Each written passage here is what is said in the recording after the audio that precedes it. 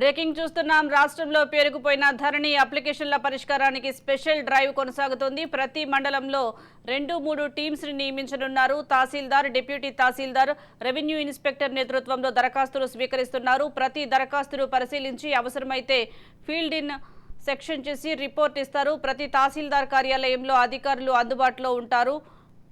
పారాలీగల్స్, డిఆర్డీఏలో పనిచేస్తున్న community సర్వేయర్లు, agriculture విస్తరణాధికారులు, panchayat సెక్రటరీలను కూడా special డ్రైవ్లో వినియోగించుకోనున్నారు. గ్రామాల వారీగా, మాడ్యూళ్ల వారీగా జాబితాలు సిద్ధం చేసి టీమ్స్కి తహసీల్దార్ అందజేస్తారు. ప్రతి దరఖాస్తుదారుడికి వాట్సాప్ ద్వారా సమాచారాన్ని అందజేస్తారు.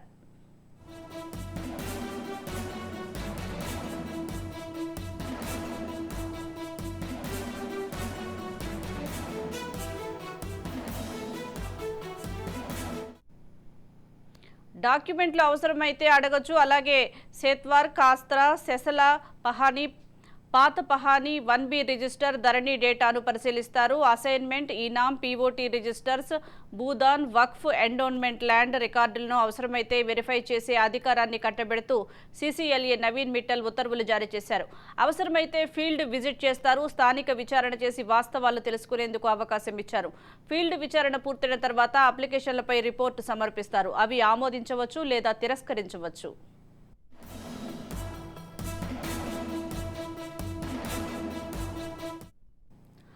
ప్రతి రిపోర్టు తప్పనిసరిగా అప్రూవల్ ఇచ్చే అథారిటీకి పంపిస్తారు. అప్రూవల్ చేసే అథారిటీ వాటిని నిర్దేశించిన ఫార్మెట్ ద్వారా ఆమోదించడం లేదా తిరస్కరిస్తున్నట్లు పేర్కొంటూ ఉన్నతాధికారులను సమర్పిస్తారు.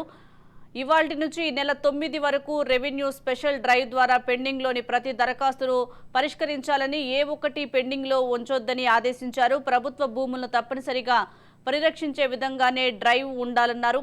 తహసీల్దార్లు, ఆర్డీఓల ద్వారా కలెక్టర్లను ప్రతిరోజు మానిటరింగ్ చేయాలని మార్గనిర్దేశం చేశారు. అయితే స్పెషల్ డ్రైవ్ ప్రోగ్రాం పూర్తిగా ధరణి కమిటీ డిజైన్ చేయటం గమనార్హం. రైతులను ఇబ్బందులకు గురి చేయకుండా పూర్తి చేయాలని మార్గనిర్దేశాల్లో ప్రత్యేకంగా ప్రస్తావించారు. దీనికి సంబంధించి మరింత సమాచారం మా ప్రతినిధి విక్రాంత్ అందిస్తారు. విక్రాంత్. మొత్తానికి తెలంగాణ ప్రభుత్వం ఈ రోజు నుంచి కూడా ధరణి స్పెషల్ డ్రైవ్ నిర్వహిస్తోంది. ఈ డ్రైవ్ కూడా మార్చి 9 వరకు కూడా కొనసాగబోతోంది. ఈ డ్రైవ్ లో ధరణి వెబ్సైట్ కి సంబంధించి కూడా పెండింగ్ లో ఉన్నటువంటి దరఖాస్తులను పరిష్కరించబోతా ఉన్నారు. ఇందుకోసం కూడా ప్రతి రాష్ట్రంలో కూడా, రాష్ట్ర వ్యాప్తంగా ప్రతి మండలంలో కూడా 2 నుంచి 3 టీములు కూడా పనిచేయబోతున్నాయి. అధికారులు అవసరమైతే పొలాలు, స్థలాలను కూడా దగ్గరికి వెళ్ళి కూడా పరిశీలించి రిపోర్టు కూడా చేస్తారు. అయితే ఈ సందర్భంగా వారు అప్పటికప్పుడే సమస్యలను పరిష్కరించబోతున్నారు. చిన్న చిన్న సమస్యలన్నింటినీ కూడా ఎప్పటికప్పుడే పరిష్కరించే అవకాశం కనిపిస్తా ఉంది. ఇలా వారు పరిష్కరించేలా కూడా అధికారులను ప్రభుత్వం వారికి బదలాయిస్తూ కూడా నిన్ననే మార్గదర్శకాలు కూడా జారీ చేసిన విషయం తెలిసిందే. అయితే అధికారులు తమ పని పూర్తి చేశాక ఓ రిపోర్టు కూడా రెడీ చేసి దాన్ని సీసీఎల్ఏకి అప్పగిస్తారు. అంటే భూపరిపాలన ప్రధాన కమిషనర్ కూడా అప్పగిస్తారు. ఈ సీసీఎల్ఏ రిపోర్ట్ ఇవ్వడంతో పాటు దరఖాస్తు ఎంతవరకు క్లియర్ అయిందా, పెండింగ్ లో ఉందా అనే దానిపైన కూడా రైతులకు స్వయంగా కూడా మెసేజ్ కూడా వారికి అందరూ కూడా మెసేజ్ కూడా వెళ్ళబోతా ఉంది. దానికి సంబంధించి ఇవాల్టి నుంచే ఈ ధరణి పెండింగ్ దరఖాస్తులను కూడా పరిశీలించే పనిలో ఇప్పటికే తహసీల్దార్లు కావచ్చు, ఆర్డీఓలు కావచ్చు, జిల్లా అధికారులు, సీసీఎల్ఏ ఉదయం నుంచి కూడా చూసుకుంటా ఉన్నారు. వీరంతా కూడా పెండింగ్ సమస్యలని మండలాల్లోనే పరిష్కరించబోతున్నారు. అయితే పెండింగ్ లో కూడా దాదాపు 2.5 లక్షలకు పైగా కూడా దరఖాస్తులు ఉన్నాయి.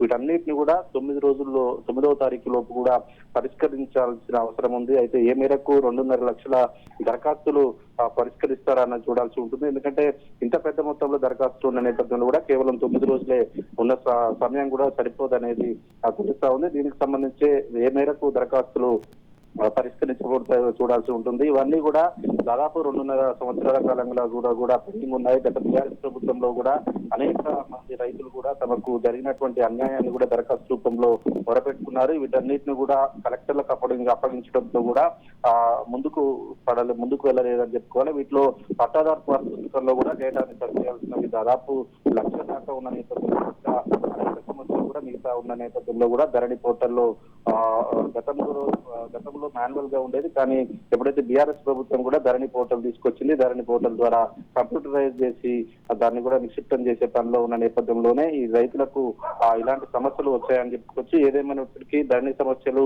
మార్చి 9 వరకు కూడా ఆ, ఆ, ఇక్కడ అధికారులు మాత్రం మార్చి 9 వరకు కూడా సమస్యలు పరిష్కరించనున్నారు. దాదాపు చిన్న చిన్న సమస్యలన్నింటినీ కూడా ఇటు ఎంఆర్ఓ ఆఫీసు లేదంటే వాళ్ళకు ఒకవేళ ఫీల్డ్ విజిట్ చేయాల్సిన పరిస్థితి ఆ దరఖాస్తులో ఉన్నట్లయితే ఫీల్డ్ విజిట్ కూడా ఈ 9వ తారీఖు లోపే వెళ్లాల్సి ఉంటుంది. ఇలాంటి ఆ కొన్ని సమస్యలు మాత్రం ఫీల్డ్ విజిట్ చేసినట్లయితే సమయాభావం అనుకూలించకపోవడంతో దరఖాస్తులు కొంతమేరనే పరిష్కారం అయ్యే అవకాశం మాత్రం కనిపిస్తా ఉంది. చూడాలి మరి 9వ తారీఖు వరకే కొనసాగిస్తారా, దాన్ని తర్వాత కూడా మరో 10 రోజులు కూడా పొడిగించే అవకాశం ఉన్నట్టు కూడా తెలుస్తా ఉంది.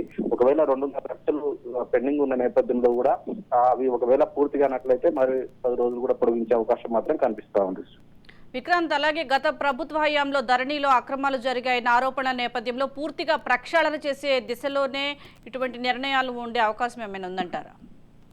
సుజాత, వాస్తవానికి ధరణి పోర్టల్ వచ్చిన తర్వాత అనేకమైన పెండింగ్ లో ఉన్నటువంటి కావచ్చు, గతంలో వివాదాలకు సంబంధించి కావచ్చు, అవన్నీ కూడా ధరణిలో నిక్షిప్తమై ఉన్నాయి. ధరణి వల్లనే మాకు అన్యాయం జరిగిందనేసి కూడా చాలా మంది ఇప్పుడు చెప్పుకున్నట్టు కూడా లక్షలాది మంది రైతులు కూడా ఆ దరఖాస్తులు పెట్టుకున్న పరిస్థితి ఉంది. ఈ నేపథ్యంలోనే అనేక అవకతవకలు జరిగాయి. ఈ ధరణి వచ్చిన తర్వాతనే ధరణి చూసి కూడా రైతు బంధు వేసిన సందర్భం కనిపిస్తా ఉంది.